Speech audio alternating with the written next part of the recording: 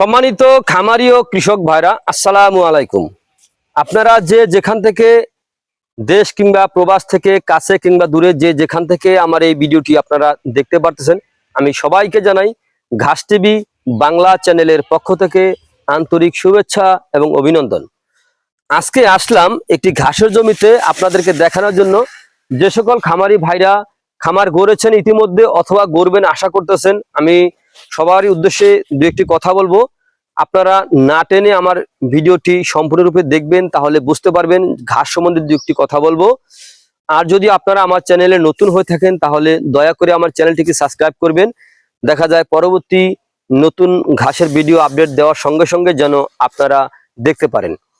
তো আজকে যেই ঘাসের জমিতে আসলাম, এটা হচ্ছে আমেরিকান গুয়াতিমালা 5G ঘাস। এই আমেরিকান গুয়াতিমালা 5G ঘাসটা হচ্ছে আমেরিকা থেকে আমাদের এই বাংলাদেশে এসেছে প্রায় 2-2.5 বছর আগে। তো দেখেন এই ঘাসটা আসার পরে দেখা যায় বাংলাদেশের বিভিন্ন প্রান্তে কিন্তু এখন অলরেডি কিন্তু ছড়িয়ে ছিটিয়ে যাচ্ছে। তো অনেকেই দেখা যায় ঘাসের বিচি বিক্রি করে, দেখা যায় বিচি বিক্রি করে দেখা যায় নিয়ে রোপণ করার পরে দেখা যায় ঘাস হচ্ছে আপনার হয়তো জাম্বু নয়তো সুদান ঘাস। ওই ঘাসগুলা দেখা যায় একবার অথবা দুবার কাটলে তারপরে কিন্তু শেষ। আর এই ঘাস কিন্তু আপনার একবার রোপণ করলে আপনার 5-7 বছর খাওয়াতে পারবেন। আমি যে জমিতে দাঁড়িয়ে আছি এখন বর্তমানে, এই ঘাসটা কিন্তু আমি প্রায় 2-2.5 বছর হবে আমি এই ঘাসটা কিন্তু রোপণ করেছিলাম। তো এখনো দেখেন আমার জমিতে যে ঘাস, কত সুন্দর ঘাস হয়ে আছে। দেখেন আপনারা দেখেন, ঘাস এরকম ঘাস যদি থাকে তাহলে কিন্তু গরু ছাগল পালন করতে কোনো অসুবিধা হবে না।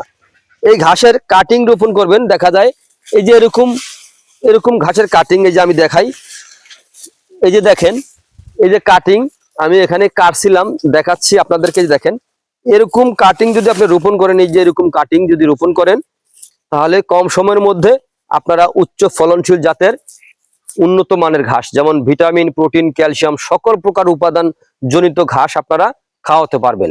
এই ঘাস খাওয়ালে আপনার গবাদি পশুকে আপনার কোনো ঔষধ খাওয়াতে হবে না, যেমন ভিটামিন, ক্যালসিয়াম এই ধরনের যে ঔষধ কিনে খাওয়াতে হবে না। এই ঘাসের মাধ্যমে আপনার গবাদি পশুর ভিটামিন অথবা ক্যালসিয়ামের ঘাটতিটা পূরণ হয়ে যাবে।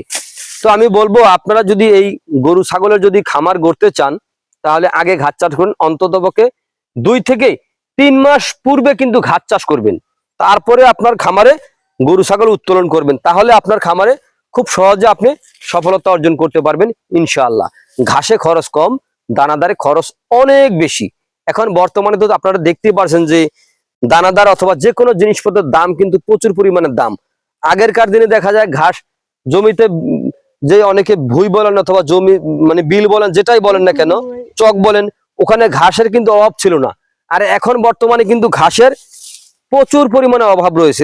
এই বিধায় ঘাস চাষ করলে আপনার ওই ঘাসটা গরুকে আপনি খাওয়াতে সহজ হবে। দেখা যায় আপনি গোড়া থেকে কাইটা নিয়ে দিচ্ছেন, গরু কিন্তু খেয়ে সম্পূর্ণ ভ্যানিশ করে ফেলেছে। তো এই ঘাস থাকলে আপনার কখনো লস হবে না। আপনি সাধারণত এই ঘাস চাষ করলে আপনার খরচও বাঁচবে অথবা আপনার সময়ও বাঁচবে। 10 মিনিট ঘাস কাটলে এমন কোনো ব্যক্তি নাই যে একটি বোঝা উনি আলগিয়ে নিতে পারবে মাথায় করে, এত পরিমাণে ঘাসগুলা হয়ে থাকে।